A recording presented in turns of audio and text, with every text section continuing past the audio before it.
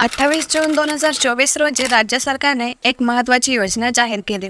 त्या योजनेचं नाव आहे मुख्यमंत्री माझी लाडकी बहीण योजना। 1 जुलैपासून या योजनेची अंमलबजावणी केली जाणार आहे।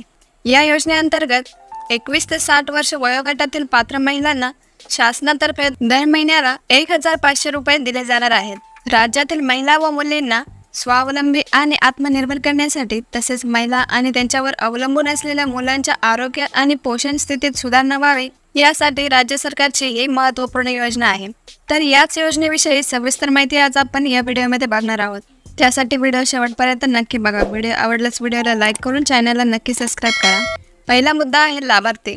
या योजनेअंतर्गत 21 ते 60 वर्ष वय असलेल्या महिला या योजनेच्या लाभार्थी असणार आहेत। पात्रता 1. लाभार्थी महिला या महाराष्ट्र राज्याच्या रहिवासी असणे आवश्यक आहे। 2. राज्यातील विवाहित, विधवा, घटस्फोटित, परित्यक्त्या आणि निराधार महिला या योजनेचा लाभ घेऊ शकतात। 3.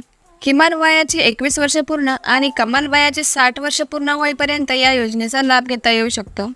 4. सदर योजनेअंतर्गत लाभ घेण्यासाठी अर्ज करणाऱ्या लाभार्थ्यांचे बँक खाते असणे आवश्यक आहे।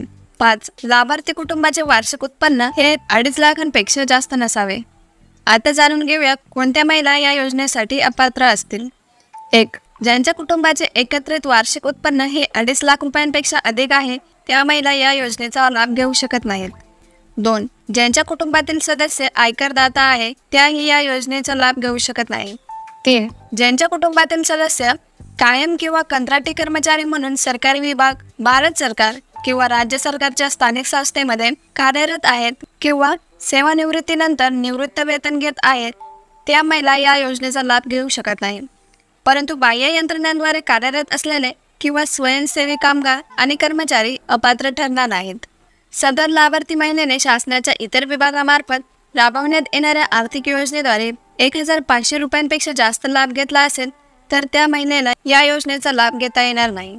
5. ज्यांच्या कुटुंबातील सदस्य विद्यमान किंवा माजी आमदार, खासदार आहेत त्या महिलाही या योजनेचा लाभ घेऊ शकत नाही।